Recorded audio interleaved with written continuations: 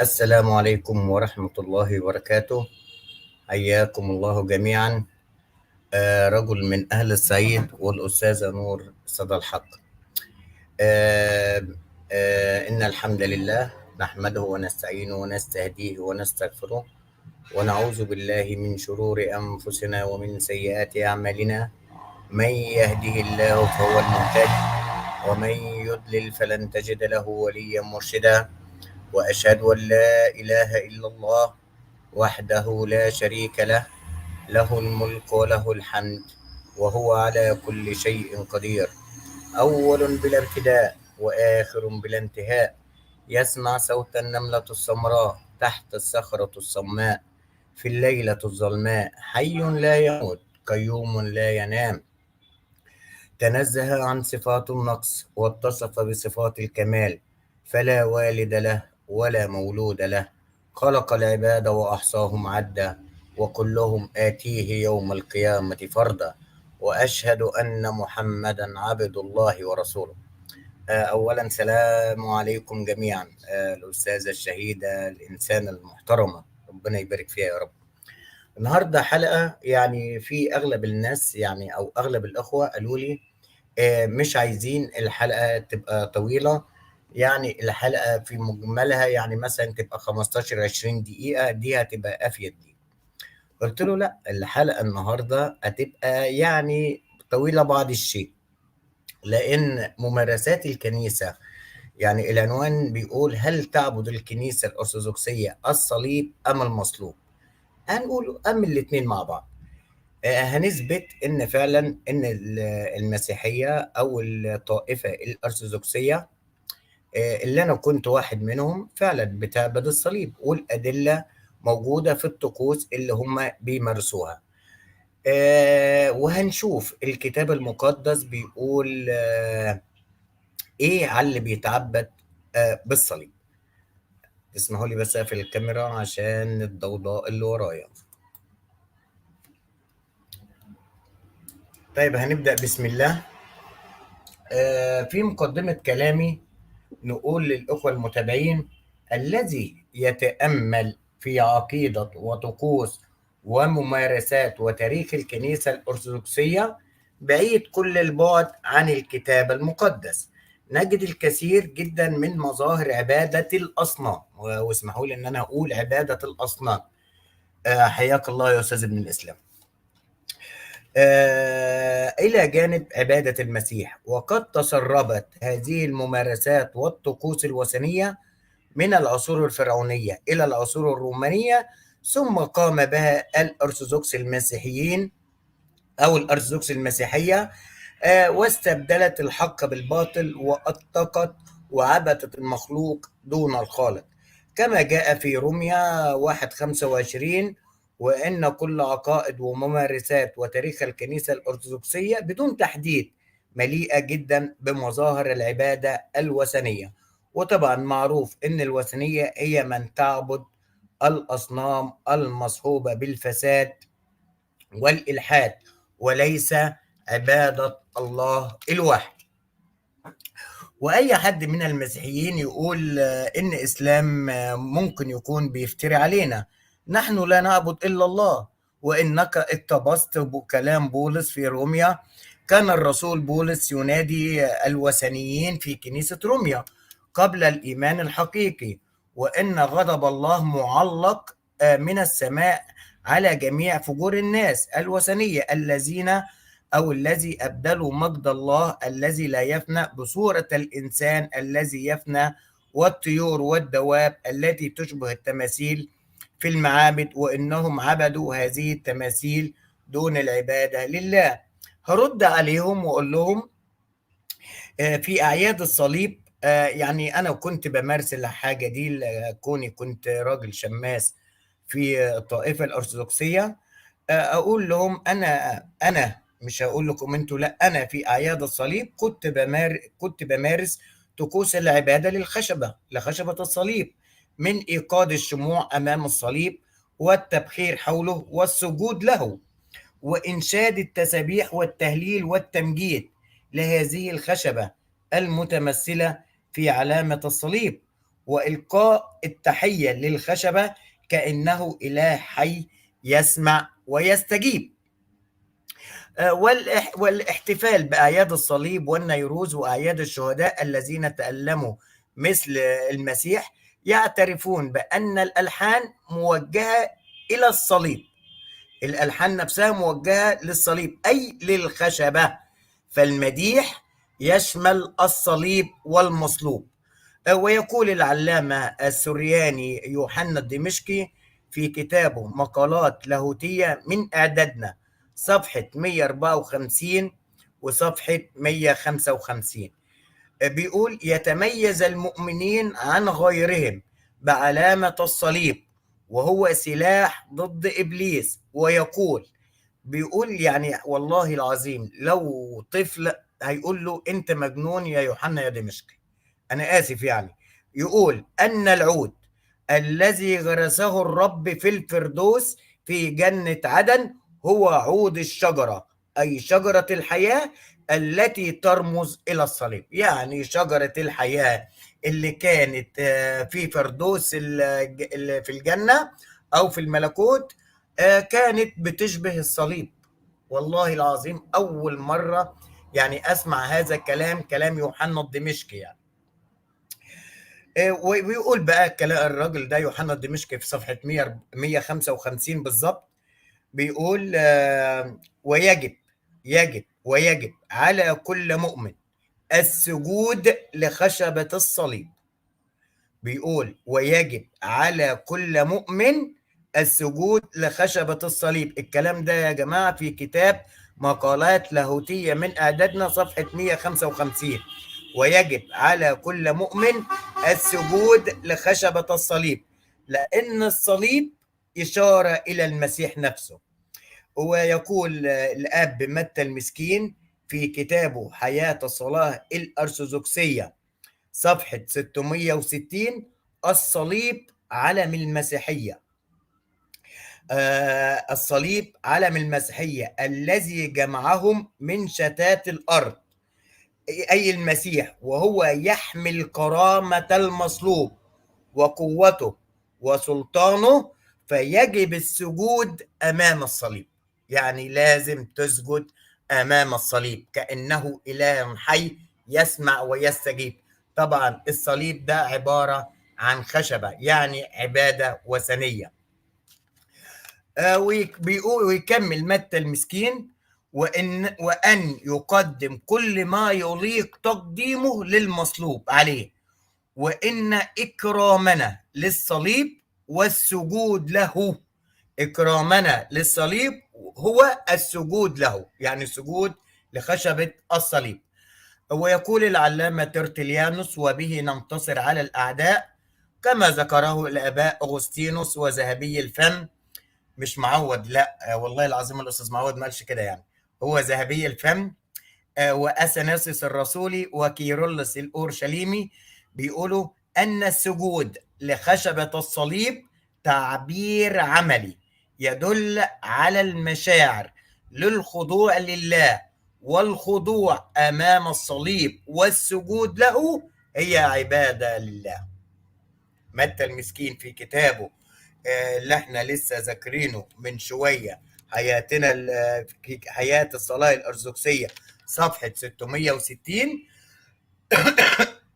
بيقول أن السجود لخشبة الصليب تعبير عملي يدل على المشاعر للخضوع لله والخضوع أمام الصليب، وهي لا يعني الخضوع لله والخضوع أمام الصليب والسجود له عبادة لله. يعني لو سجدت لخشبة الصليب أكنك بتعبد الله. وبيقول كمان: ونحن نرسمه صفحة 661: ونحن نرسمه على كل شيء يخص حياتنا العملية. الكلام ده طبعا في كتاب حياة الصلاة الأرثوذكسية صفحة 662 و 756، واللي عايز يسجل الأسماء الصفحات. ويقول الدكتور الكندي أكبر علماء المسيحية أن الصليب هو ممثل النعمة، واحنا بنحطه امام اعيننا واليه نقصد بالتعظيم والتبجيل، ونحن نرسمه بايماننا على صدورنا وعلى ايدينا، ونقصد هنا صاحب الصليب.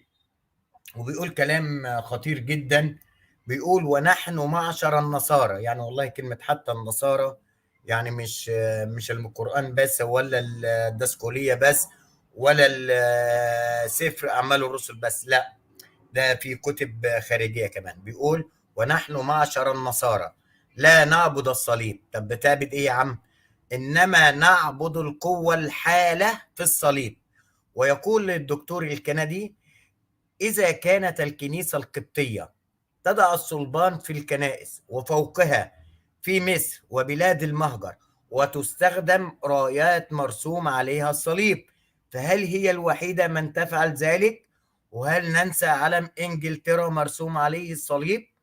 وهل ننسى أهمية الصليب في حياة الإمبراطور الوثني قسطنطين الكبير عندما انتصر فعلا برسم علامة الصليب على رايات جنوده وحارب أعداء المسيحية وجعل المسيحية ديانة شرعية للإمبراطورية الرومانية سنة 313؟ ويقول الدكتور الكندي، بيقول مقولة يعني هي ممكن تضر المسيحيين لأن بصراحة لا تعقل يعني.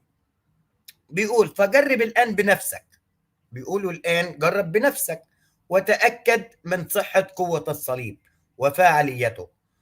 حطوه على المرضى، بيقول أضعوه على المرضى، هل هو مجرد قطعة من الخشب أو من المعدن، أم هو له قوة على شفاء المرضى وأيضا مخيف جدا للشياطين؟ طيب والله يعني المسيحيين المفروض ان هم ما يموتوش بكورونا، لان يعني مكاري يونان لو كان فعلا مؤمن بهذا الكلام لكان وضع الصليب عليه، ما كانش مات بالكورونا. وفي سكسولوجية عيد الصليب، بيقول يعني احنا كنا بنقولها يعني داخل الكنيسة القبطية او داخل يعني داخل الكنايس وداخل الأديرة. آه، سكسولوجية عيد الصليب، السلام للصليب. احنا كنا بنقول السلام للصليب الذي صلب ربي عليه حتى خلصنا من خطايانا. يعني سبحان الله، عجبي على كنيسة تكلم الخشب وتعطيه السلام وتعتبره إله حي. هل هذا يا إخوة سجود عبادة أم لا؟ والله سجود عبادة على كلام متى المسكين وعلى كلام أغسطينوس. بيقول فعلا لازم نسجد لخشبة الصليب ونقد لها الشموع وحاجات تانية والتبخير حواليها ونقول السلام لك أيها الصليب. طيب طيب الأمر ده يعني أنا مش عايز أطلع من الموضوع لأن ما بحبش أطلع من الموضوع. الأمر ده كانت تفعله أهل قريش في زمن الإسلام عندما كانوا يسجدون للأصنام، كانوا يؤمنون أن هذه الأصنام تقربهم إلى الله الواحد، ولكن يقول لك ولكن يعبدون الروح الذي داخل الوثن ليقربهم إلى الله.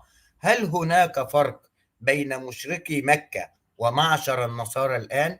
والله ما هتلاقي فرق. حياك الله أستاذ إبراهيم زعتر، شخصية من الناس يعني الواحد بيشوف تعليقاتها على بعد الحلقة، الواحد بيبقى سعيد جدا ان هو بيعلق على الحلقة والله يعني بجد. ويقول يوحنا الدمشقي فنحن نسجد للصليب والمصلوب، وإن الصليب والأيقونات ليست أوثان. يعني هو بيقول نفس كلام مشركي قريش، بيقول فنحن نسجد للصليب والمصلوب وإن الصليب والأيقونات ليست أوثان نعبدها، إنما هي تدعونا إلى عبادة الله المسيح الحي.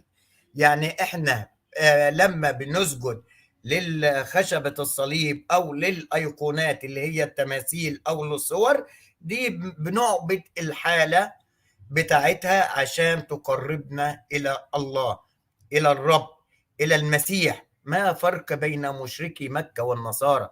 ما حدش قال، والله ما فيش فرق. في قديس اسمه إغريوريوس النيسي، ده طبعا ده كان أخو القديس باسيليوس الكبير. لما هنتكلم على آباء الكبادوك هنشوف الكلام ده. ويقول القديس غريغوريوس النيسي: لم أستطيع أن أتحول من صورة المسيح بدون أن أزرف الدموع بغزارة، لأن الرسام الفنان قد أبرز القصة أمام العين بدرجة رائعة، ويجب علينا أن نسجد للصليب والمصلوب معا.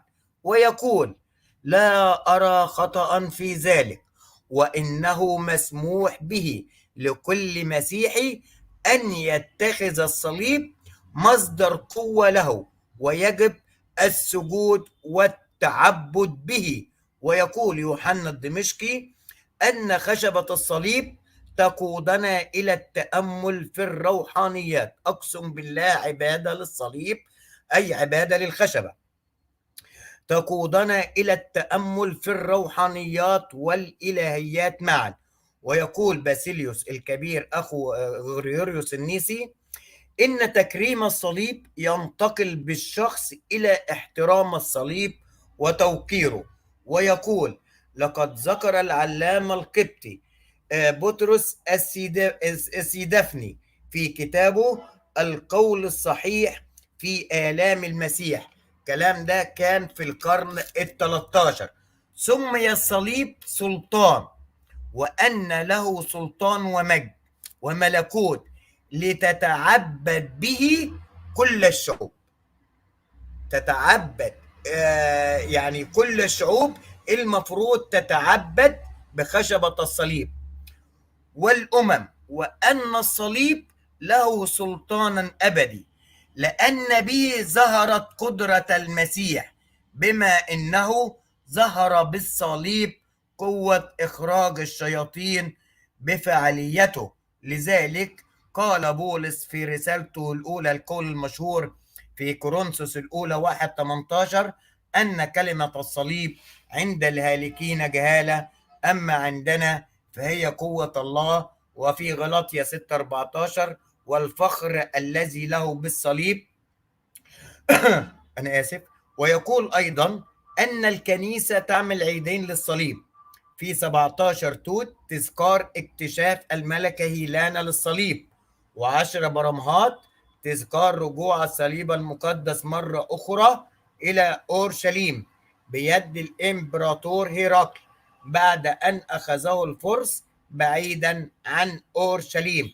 وتنفرد الكنيسة القبطية لحنا خاصا لهذين العيدين، وهو لحن أحد الشاعنين اللي هو حد الزعف يعني، حيث دخل المسيح ظافرا أورشليم إلى أورشليم. وأكثر من ذلك، فقد جعلت الكنيسة من الصليب علامة على الكثير من الأدوات التي يستخدمونها، يعني مثل عصا الرعاية. وطبعا لو عايزين نشرح لكم ايه هي عصا الرعاية وصليب الاحتفالات، انا مش عايز ايه اشرح في ده كله. احمل صليبك واتبعني، ماشي يا عم قدس القديسين، احمل صليبك احمل صليبك واتبعني. حاضر يا عم اسوان. لو عايزين نشرح الاتنين دول نشرحهم، اللي هو حضراتكم عصا الرعاية او صليب الاحتفالات. هو ما لهمش لازمة، يعني هم اساسا بيتمثل في حاجات عصا طويلة مرسوم عليها الصليب، وبتبقى ملفوف عليها لفافة بيضة، وحاجات ايه رموز ملهاش لازمة في الموضوع. أما موضوع محبة الصليب فتتلخص في سقوط الإنسان في الخطية بغواية إبليس. والله دبر خلاص العالم بالصليب، فيجب احترام الصليب وتقديم السجود له، لأنه بسببه تم نجاة العالم بالمصلوب عليه، وأصبح الصليب وسيلة للغفران والتقديس. وهي حكمة الله أن يتم خلاص العالم بالصليب، كما قال بولس: الحكمة المكتومة التي سبق الله فعينها قبل الظهور لمجدنا، التي لم يعلمها أحد من عظماء هذا الدهر، لأن لو عرفوا لما صلبوا رب المجد. يعني والله كلام يودي في داية. طيب تمام. الإثبات بأن المسيحية تسجد للصليب، كتاب الأبصلمودية السنوية، تسبيحة نص الليل، سكسولوجية عيد الصليب.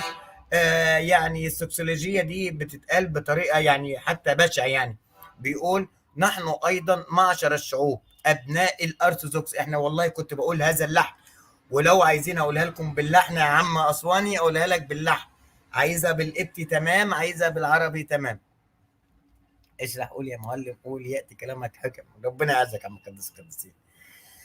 بيقول نحن معشر الشعوب ابناء الارثوذكس نسجد لصليب ربنا يسوع المسيح. بولس الرسول ينطق بكرامه الصليب قائلا ليس لنا ان نفتخر الا بصليب المسيح، فلنسبح ايها المؤمنون ربنا يسوع المسيح ونسجد لصليبه الخشبي، ونسجد لصليبه الخشبي المقدسة الغير ميتة. نفتخر بك أيها الصليب الذي صلب عليك يسوع، لأنه من قبل مثالك صرنا أحرارا، أفواه الأرثوذكسية والسبع طغمات الملائكية يفتخرون أيها الصليب الذي لمخلصنا الصالح. نحملك أيها الصليب ناصر المسيحية على أعناقنا بشجاعة، ونصرخ جهارة السلام لك أيها الصليب فرح المسيحية الغالب ضد المعاندين، وثبتنا نحن المؤمنين. السلام لك أيها الصليب عزاء المؤمنين وثبات الشهداء. السلام لك أيها الصليب سلاح الغلبة. السلام لك أيها الصليب عرش الملك. السلام لك أيها الصليب علامة الخلاص والسلام. السلام لك أيها الصليب النور المشرق. السلام لك أيها الصليب الذي حملك الملك قسطنطين إلى الحرب وقطر البربر. الصليب هو سلاحنا، الصليب هو رجاءنا، الصليب هو الذي نمجده ونزيد علوا، ويجب السجود له، ويجب السجود له. حياك الله يا أستاذ ريان. طيب، هل الكتاب المقدس ينفي هذا؟ ما هم الذين يتعبدون بخشبة الصليب؟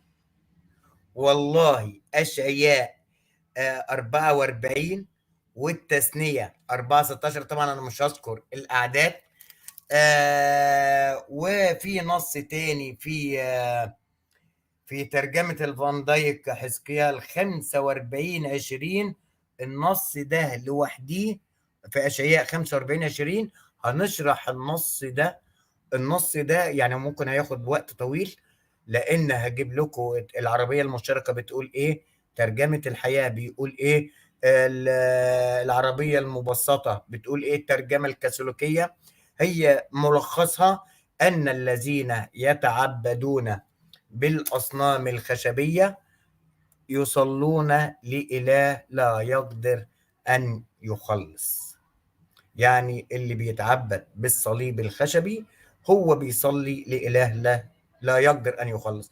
طيب احنا هنشوف الآباء الكهنة، والله كل علامتهم كل عبادة ليهم بيبقى ماسكين الصليب الخشبي أثناء المذبح، أثناء التناول، أثناء الاعتراف، أثناء الصلاة باكر، أثناء صلاة عشية باكر، عشية الأول طبعا، صلاة عشية، صلاة باكر، صلاة المزامير، صلاة ثالثة، صلاة ستة، صلاة تسعة، صلاة غروب، صلاة نوم، صلاة نص الليل، صلاة الستار، كل ده بيتعبدوا بالصليب الخشبي. طيب الذي يتعبد بالصليب الخشبي كما قال حزقيال، والله لو شفنا حزقيال بيقول إن هؤلاء لا يصلون لإله لا يقدر أن يخلص. وجزاكم الله خير، والسلام عليكم ورحمة الله وبركاته. الحلقة الجاية إن شاء الله بعد بكرة هتبقى إكمالة الحلقة دي. ما زلنا هل تعبد الكنيسة القبطية الصليب أم المصلوب أم الاثنين معا؟ أي سؤال يا عم قديس القديسين أنت؟ اتفضل. حياكم الله الحوار الحر. وعليكم السلام ورحمة الله وبركاته.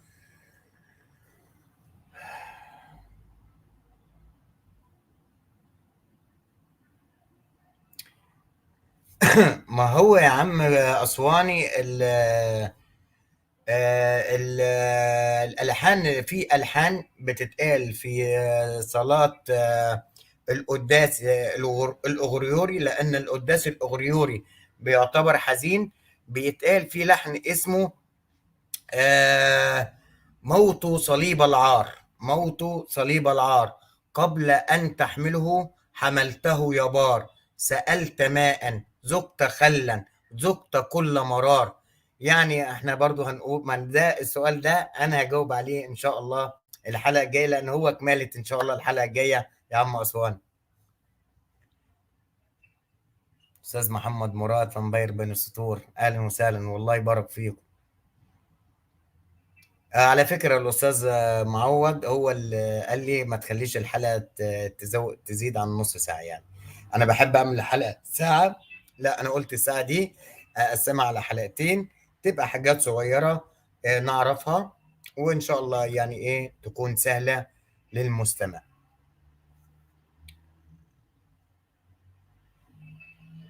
حياكم الله حياكم الله يا فامباير، ده شرف ليا والله. ما تطلع يا عم أسواني أو أي شاب كده راجل محترم يطلع معايا. بسم الله الرحمن الرحيم.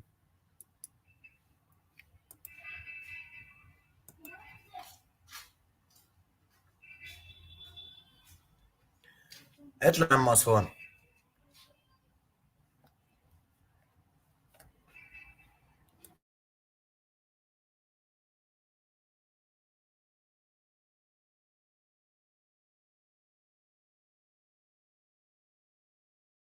ربنا يرفع قدرك، الحوار الحر.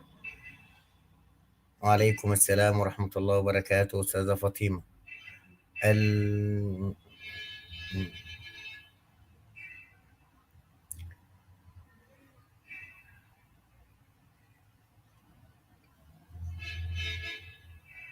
انتوا لو عايزين نكمل نكمل.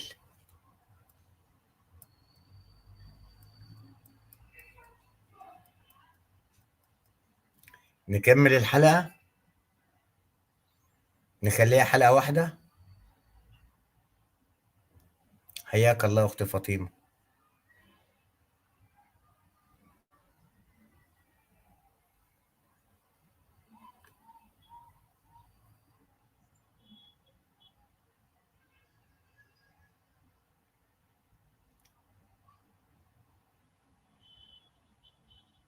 لا أنا أقدر أكمل.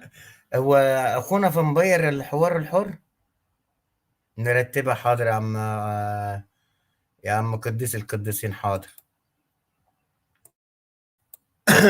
طيب وصف الكتاب المقدس للذين يحملون الصليب الخشبي ويتعبدون به ايه هو؟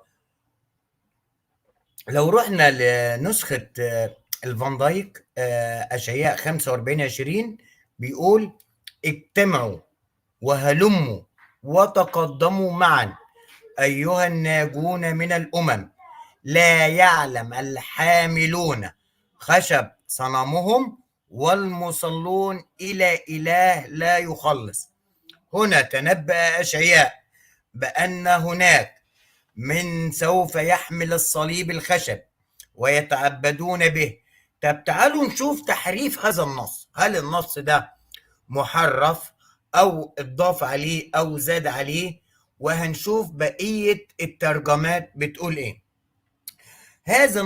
تعالوا نشوف تحريف هذا النص من الفان دايك لإخفاء معالم هذه النبوءة. أولا نلاحظ في الفان دايك جعل النص مبهم، يعني مش مفهوم قوي، حتى لا يلاحظ النصارى انهم هم المعنون لهذا النص او لهذا الوصف. طب نشوف كيف تم النص تحريفه. نشوف ترجمة الحياة اللي هي النصارى يعترفون على انها المفسرة للفان دايك. طبعا في نفس العدد 45 20 من ترجمة الحياة: اجتمعوا وتعالوا واقتربوا معا أيها الناجون من الأمم، فإن الجهال وحدهم هم الذين يحملون الأصنام الخشبية ويواظبون لإله لا يخلص. يعني بيصلوا، اللي بيحمل الصليب الخشب ده بيصلي او يواظب لإله لا يخلص. لا يخلص، مش يخلص، لا يخلص. طب الترجمة العربية المشتركة لهذا النص اللي هو 45 20 في سفر حزقيال: اجتمعوا وتقدموا جميعا أيها الناجون من أيدي الأمم، ما أجهل الذين يحملون تمثالهم من خشب ويصلون لإله لا يخلص. وكذلك في نفس النص بالضبط الأخبار السارة والترجمة الكاثوليكية. العربية المبسطة بتقول كلام جميل جدا: يا من هربتم من الأمم، في نفس النص: يا من هربتم من الأمم تجمعوا، إن الذين يحملون أصنامهم الخشبية يصلون لإله لا يقدر أن يخلص. من هم الذين يحملون الصلبان الخشبية؟ هل هم، مش هم القساوسة، أم أناس تانية؟ يعني مش، لا يعني متهيئلي هو القساوسة يعني اللي أنا عشت وسطيهم واللي أنا كنت يعني في خدمتهم وأنا كنت بخدمهم، هم اللي كانوا بيحملوا الأصنام الخشبية والله، أو كانوا بيحملوا الصلبان الخشبية. يعني بقول لهم: بل أنتم أيها القساوسة والقمامسة تصلون لإله لا يقدر أن يخلصكم. يعني بصراحة أنا بعد بقول انتهت المسيحية بسبب هذا النص. والله اللي يفكر في هذا النص أقول له لقد انتهت المسيحية بنص ده، لأنهم يصلون لإله لا يقدر أن يخلص، وإنهم على باطل، لأنه يصلي لإله لا يقدر أن يخلص. منتظرين بقى ردكم، بما أن كتابكم وصاكم في رسالة بطرس الأولى 3:15: بل قدسوا الرب الإله في قلوبكم مستعدين دائما لمجاوبة كل من يسألكم عن سبب الرجاء الذي فيكم بوداعة وخوف. طيب وبعد ده كله زي ما عم أسواني سأل السؤال، أنا يعني إجابته جاية حالا أهو.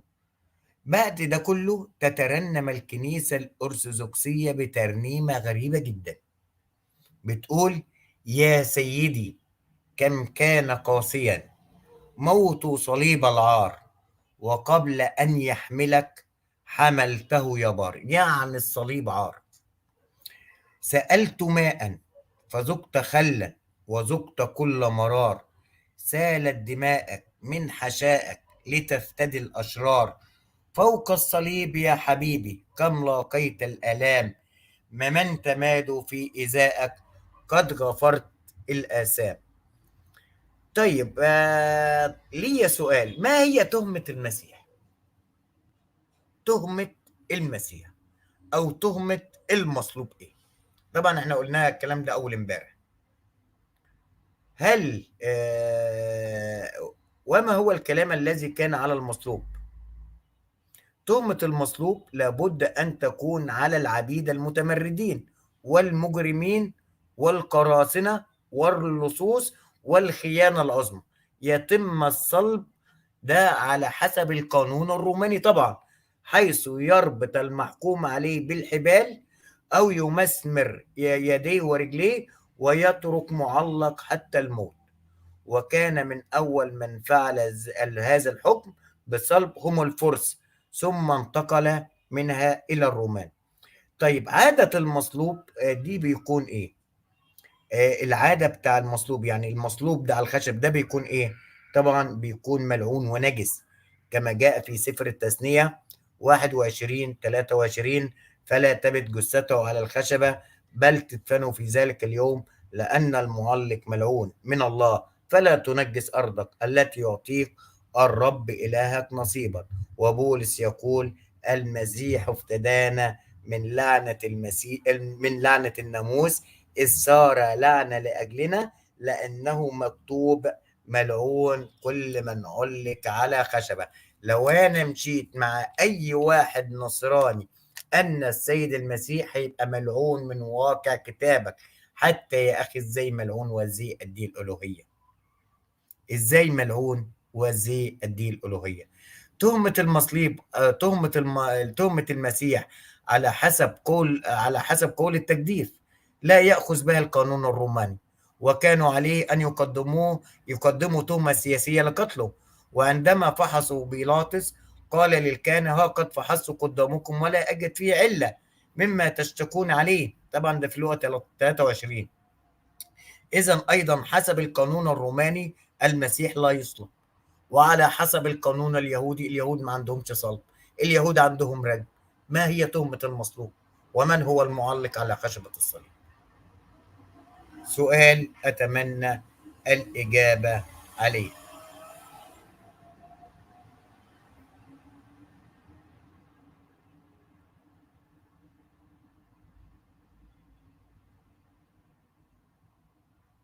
صح يا عم ريان، على طاعة الحاكم، أو يعني إيه، ما أنا لسه قايلها يعني يا تهمة سياسية.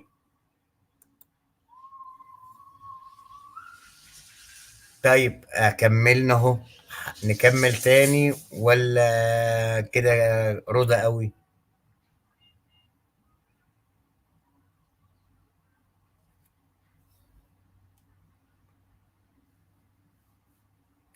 هو المسيح ما خرجش على الدولة، بالعكس ده كان حتى لما الكتب والفريسيين يعني حبوا يختبروه قال اعطوا ما لقيصر لقيصر وما لله لله. يعني السيد المسيح كان، او على يسوع الانجيلي، كان تحت طاع الرومان. بالعكس ده كان معاهم، اعطوا ما لقيصر لقيصر وما لله لله. متمرد؟ يعني متهيألي المسيح ما تمردش على حد يا اخونا فامباير، هو ما تمردش على الرومان.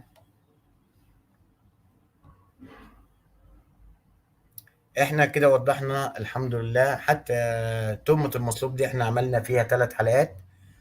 النهارده اثبتنا ما هي عبادة الكنيسة القبطية. الكنيسة القبطية بتعبد الصليب ام المصلوب؟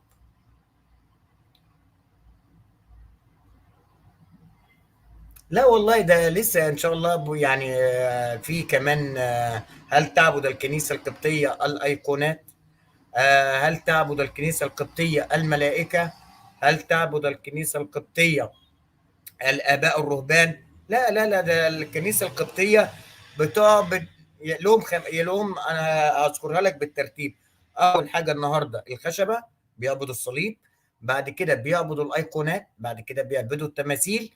بعد كده بيعبدوا الآباء الرهبان نفسهم، لأن الآباء الرهبان واخدين سر من ضمن أسرار الكنيسة السبعة، ألا وهو سر الكهنوت، اللي هو أساسا باب الأسرار أو مفتاح الأسرار. سر الكهنوت من أعظم أسرار الكتاب، أو من أعظم أسرار الكنيسة الأرثوذكسية. هي سر الكهنوت، لأنه بدونه لا تتم المعمودية، بدونه لا تتم التناول، بدونه لا يتم الاعتراف، بدونه لا تتم الزيجة، بدونه لا تتم أي شيء.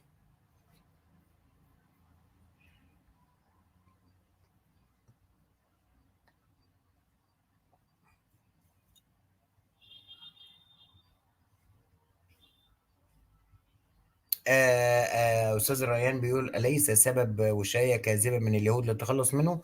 لا، هو اليهود حاولوا يرجموه 3 مرات وهو كان بيهرب، أو كان بيختفي من أمامهم أستاذ ريان. أولا حضرتك اليهود ما عندهمش حاجة اسمها صلب. اليهود العقوبة بتاعتهم الرجم.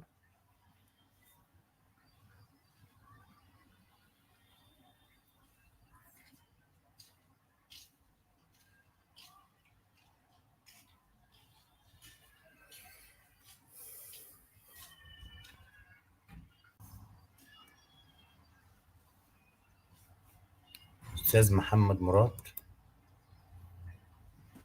السلام عليكم ورحمة الله، حياكم الله أخونا إسلام. وعليكم السلام ورحمة الله وبركاته، حياك الله. ده أنت جيت في ح- وقتك، ده أنا تعبانة جدا الحمد لله. الله يحفظك يا رب، وربنا يجازيك كل خير ويقويك وإن شاء الله يسدد رميك بإذن الله يا أخونا إسلام. ربنا يبارك في حضرتك، ربنا يبارك فيك. أنا حابب بس إيه أعلق على حتة التهمة أو السبب اللي بسببه اتحاكم المصلوب. احنا دلوقتي عندنا 3 أسباب. في سبب بيدعيه أولا اليهود، وده خارج الكتاب، ده موجود في وثائق السنهدرين، بتهمة السحر والشعوذة. وكان معاه 4 من تلاميذه، يعني كانوا 5 من التلاميذ أو 5 بما فيهم المسيح. ده على حسب الرواية اليهودية الموثقة في وثائق السنهدرين، في الوثيقة رقم أو اسمها الوثيقة رقم إيه 41 و42. طيب دي بالنسبة لليهود طبعا السحر والشعوذة. بالنسبة للمسيحيين أو الآباء الأوائل أو المفسرين أو حتى الكتبة، اجتهدوا إن هم يحاولوا إن يقولوا إن هو ملك اليهود، أو إن هو ادعى إن هو ابن الله. في الآخر الفكرة إن هو ادعى إن هو المسيح، واليهود ما كانوش مصدقين إن هو المسيح. وطبعا كلنا عارفين إن يعني كلمة أو العنوان الرئيسي هو المسيح اللي بينطبق تحت منه الملك. فهو ادعى المسيانية أو ادعى المسيانية، بمعنى كمان ادعى إن هو ملك اليهود. لذلك إن هنلاقي الفقرة بتاعت إن هم ألبسوه تاج من شوك وتحكموا عليه السلام عليك يا ملك اليهود إلى آخره.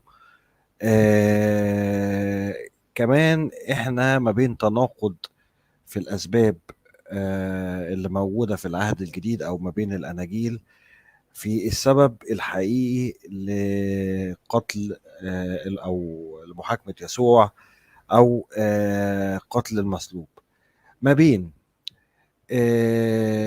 ان هو ادعى ان زي ما قلنا ان هو المسيح، ما بين ان هو قال ان هو ابن الله، ما بين ان هو زي ما بيقولوا يعني الكتبة ان هو عادل نفسه بالله فجدف، ده بالنسبة لهم هم تجديف. ما بين ان هو بدأ يحرض على كأنه بيحرض على كسر الوصايا وهم لم يقبلوه. ما بين ان التشاور رؤساء الكهنة ان هم يوجدوا عليه شهود زور لان هم كانوا عايزين يتخلصوا منه.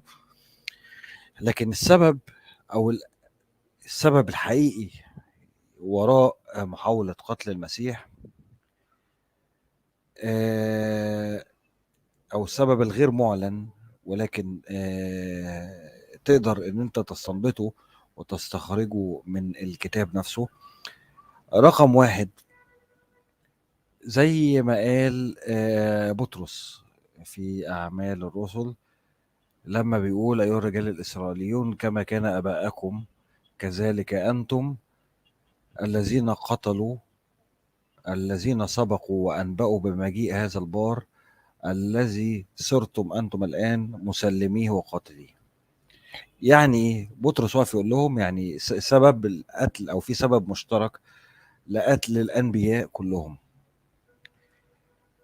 ممكن تكون في أسباب مختلفة ولكن في سبب مشترك، يعني ممكن يكون القتل الأنبياء لأسباب عدة، ولكن في على الأقل في سبب واحد مشترك ما بين قتلهم للأنبياء، ألا وهو الإنباء بمجيء نبي أو بمجيء رسول أو بمجيء مسيح للرب. فكان كل ما يجي نبي يخبر بمجيء هذا المسيح أو النبي أو الرسول، بني إسرائيل كانوا أو الكهنة يحاولوا إن هم يقتلوا هذا النبي اللي هو بيتنبأ يعني.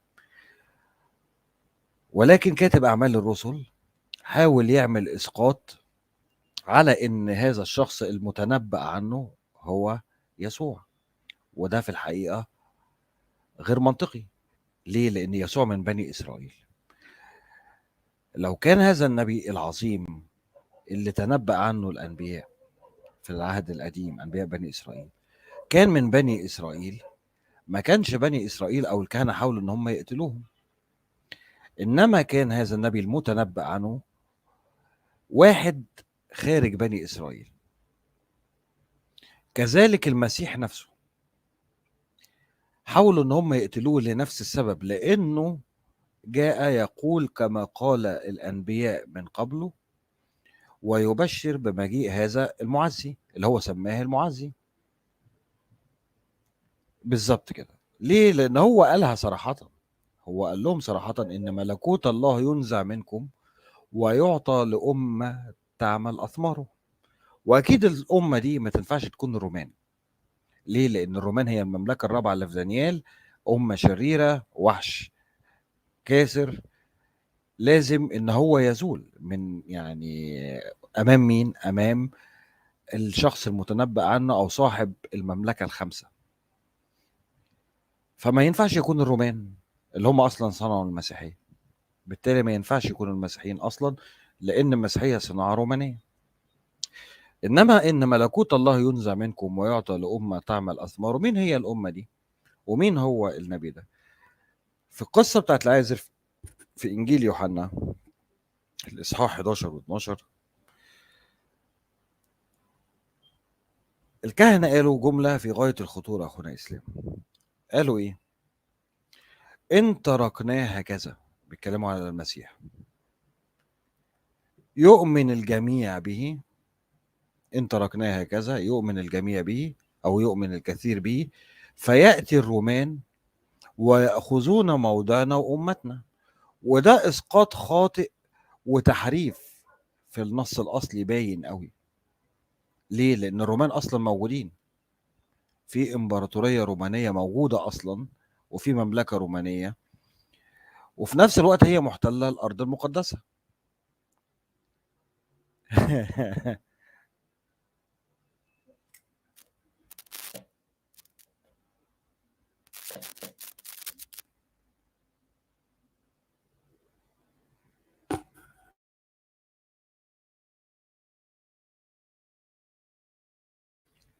أخونا إسلام أنت قافل المايك، لو سامعني أنت قافل المايك. انا اسف. بقول لحضرتك انت جبت من اللي انا جبتهم، يعني ده محكمة يسوع اتكلمت عليها ده الكلام ده في اللي انت حضرتك بتقوله صفحة 13. وجبت كمان كلام لا، محكمة يسوع اللي هي ده صفحة 13.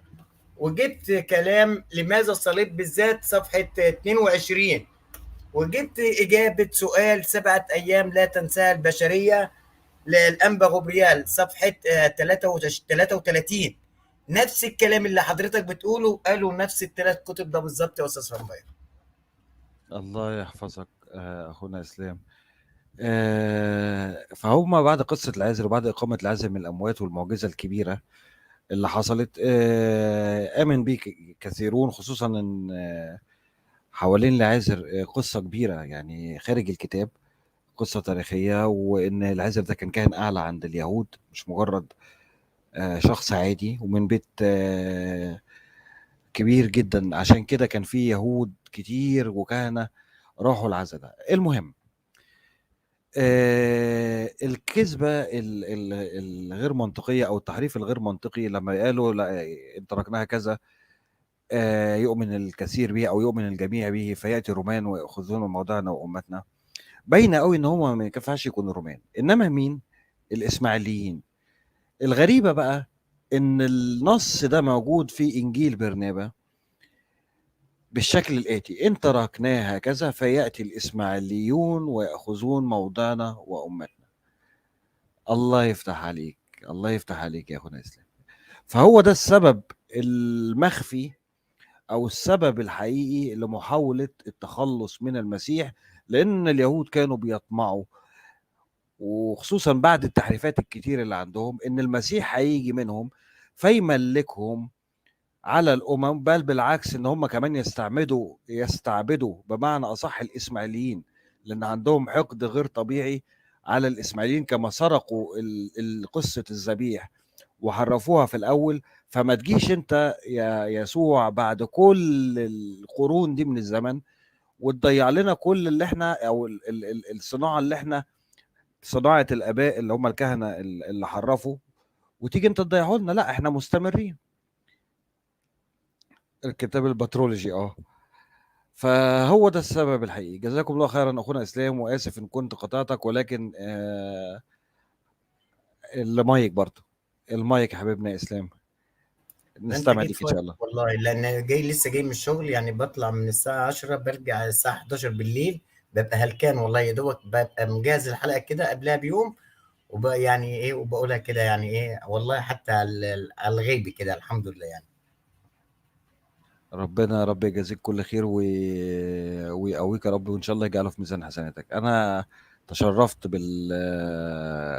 بمجاورتك على المايك وفي قناتك، وهستأذنك ان أنا ان شاء الله انزل استمع باذن الله، واستفيد من المعلومات القيمة اللي انت بسم الله ما شاء الله يعني دايما بتسرينا بيها. السلام عليكم ورحمة ربنا الله يبارك وبركاته. فيك، وعليكم السلام ورحمه الله وبركاته. لا ده انا هننهي بقى، ده انا بقول لك والله، ده يا عم قديس القديسين اطلع طيب شويه.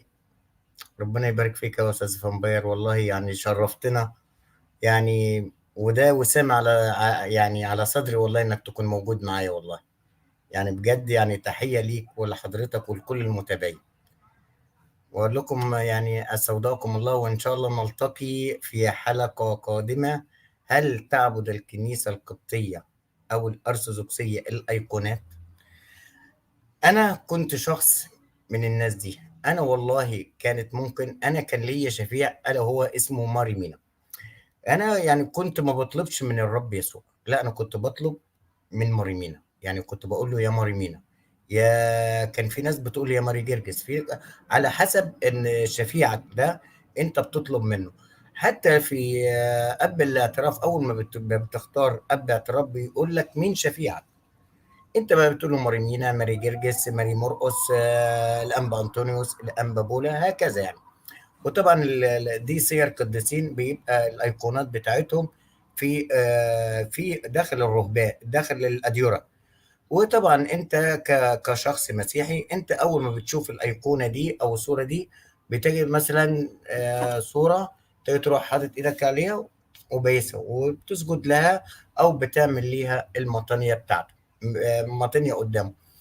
والله وبتقول والله انا شو يعني، نفس الشيعة اللي عندنا او نفس الصوفية اللي عندنا يعني في الاسلام.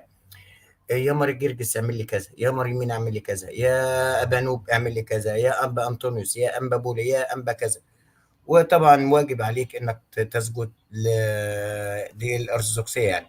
واجب عليك انك تسجد للايقونات وبتطلب منهم الشفاعة، لان دي بتعطيك او بيقول لك ان هي دي بتعطيك قوة روحية، او بيظهر مجد هذه الايقونة فيك. طيب ويعني كده بصراحة استودعكم الله يعني، والسلام عليكم ورحمة الله وبركاته.